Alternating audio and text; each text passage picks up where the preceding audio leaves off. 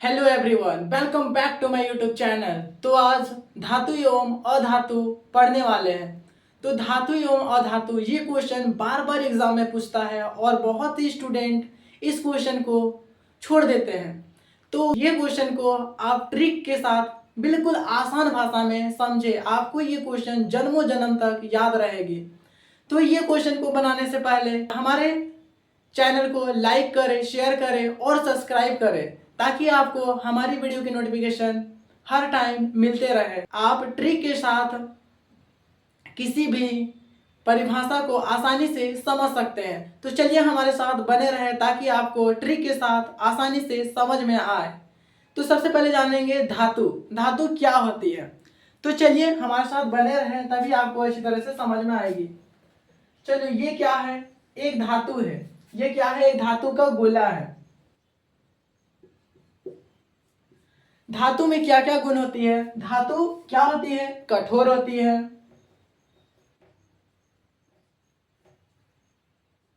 और धातु में क्या होता है? धातु चमकीले होते हैं।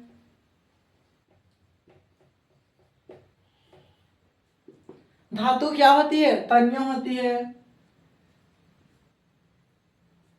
धातु क्या होता है? आघात वर्धीयता होता है या आघात वर्धन्यता होती है।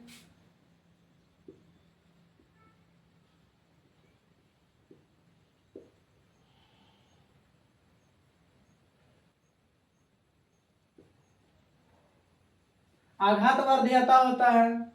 और धातु में और क्या गुण होता है? ऊष्मा एवं विद्युत का सुचालक होता है।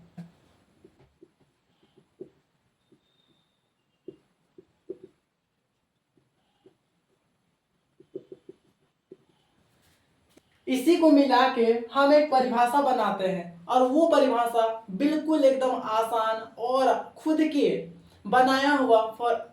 का बनाया हुआ परिभाषा होगा। इसमें आपकी एक मार्क्स भी कट नहीं होगी।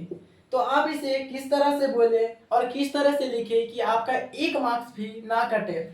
धातु वे पदार्थ जो कठोर, चमकीले, तन्य, आघात वर्धीयता या आघात वर्धनीय और ऊष्मा एवं विद्युत का सुचालक होते हैं, तो ऐसे पदार्थ को धातु कहते हैं। धातु की एग्जाम्पल की बात करें तो धातु की एग्जाम्पल क्या है? सोना, चांदी, लोहा, एल्युमिनियम, ये सब क्या है? धातु के एग्जाम्पल है।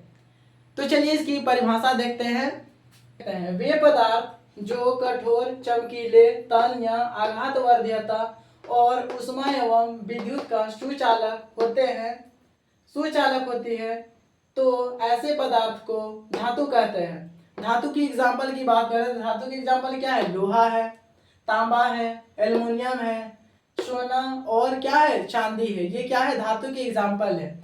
इसी से इस लॉजिक के साथ हम धातु की परिभाषा डिफाइन किए हैं। तो ये आपको अच्छी तरह से समझ में आ गई होगी। अब चलिए अधातु किसे कहते हैं वो देखते हैं। अधातु, तो अधातु यहां पे लिखते हैं अधातु। अधातु इसमें ना कठोर होती है, ना कठोर, ना चमक, ना तन्य, ना आघात वर्धन्य और ना ही क्या? विद्युत एवं ऊष्मा का सुचालक होता है। तो ऐसे पदार्थ को क्या कहते हैं? अधातु कहते हैं।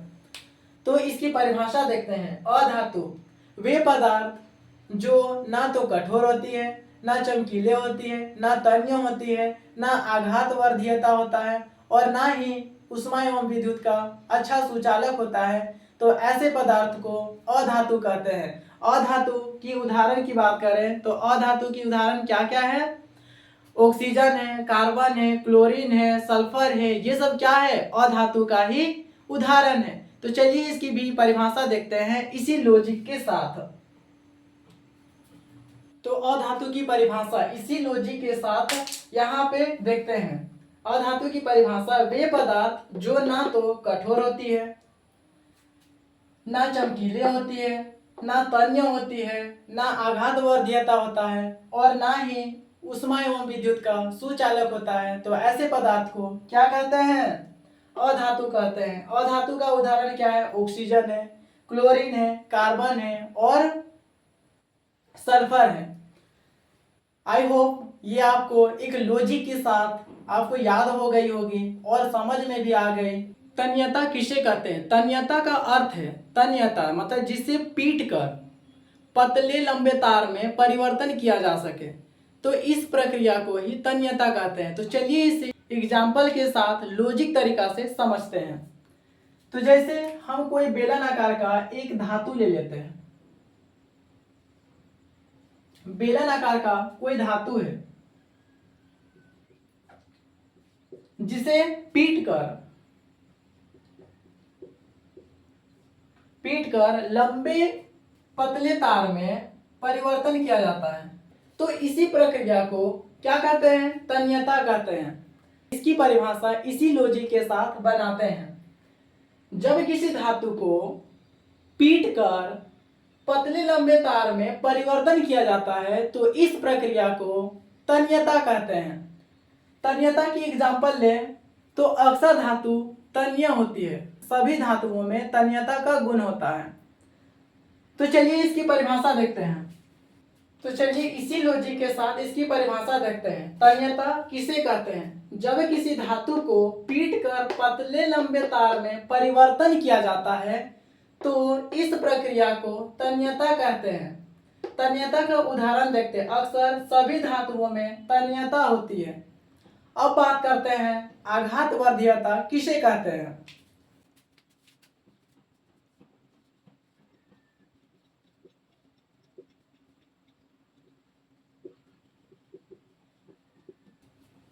तो देखते हैं आघातवर्धीयता किसे कहते हैं। तो चलिए इसे एक लॉजिक के साथ बिल्कुल आसान भाषा में समझते हैं। ये कोई धातु का गोला है।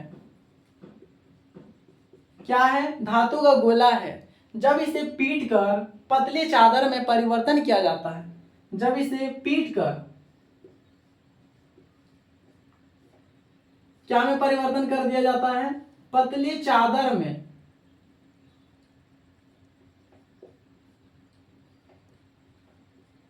पतले चादर में परिवर्तन कर दिया जाता है, तो इस प्रक्रिया को क्या कहते हैं? आघातवर्धीयता कहते हैं। तो चलिए इसकी परिभाषा देखते हैं इसी लॉजिक के साथ।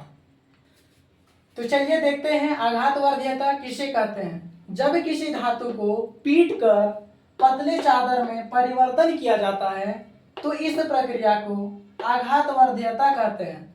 उदाहरण की बात करें तो उदाहरण क्या है? अक्सर सभी धातुएं आघातवर्धीयता होती है। आई होप ये आपको एक लॉजिक के साथ अच्छी तरह से समझ में आ गई होगी।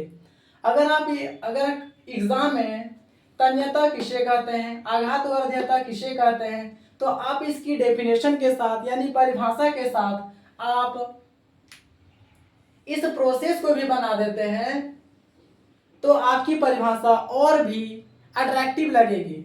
तो आप जब भी ये क्वेश्चन का आंसर दो, तो आप इसकी रचना जरूर बनाएं, तो आपको फुल में फुल मार्क्स मिलेगी।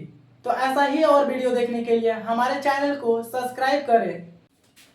Hello everyone, welcome back to my YouTube channel. तो आज हम धातु एवं अधातु के मोस्ट इंपोर्टेंट क्वेश्चन करने वाले हैं, जो एमसीक्यू बेस पर आती है।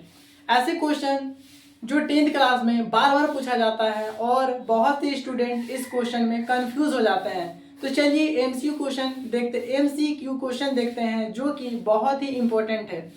तो चलिए पहला क्वेश्चन क्या बोला है उसे देखते हैं। अगर आपको इसकी आंसर पहले से पता है तो आप कमेंट में बताएं कि इसकी आंसर क्या होगी, और अगर आपको पता नहीं है तो आप वीडियो को ध्यान से देखें और समझें, ताकि आपको एग्जाम में किसी भी तरह से कोई प्रॉब्लम ना हो और आप पूरा में पूरा मार्क्स उठा सको। तो चलिए क्वेश्चन की और क्वेश्चन क्या बोली है उसे देखते हैं। ऐसे धातु का उदाहरण दीजिए जो कमरे के ताप पर द्रव अवस्था में होती है। तो कमरे के ताप पर द्रव अवस्था में ऐसा कौन सा धातु है जो द्रव अवस्था में होती है?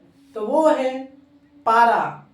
अगर आपको इसकी आंसर पहले पता है तो आप कमेंट में बताओ कि इसकी आंसर ये होगी बोल के।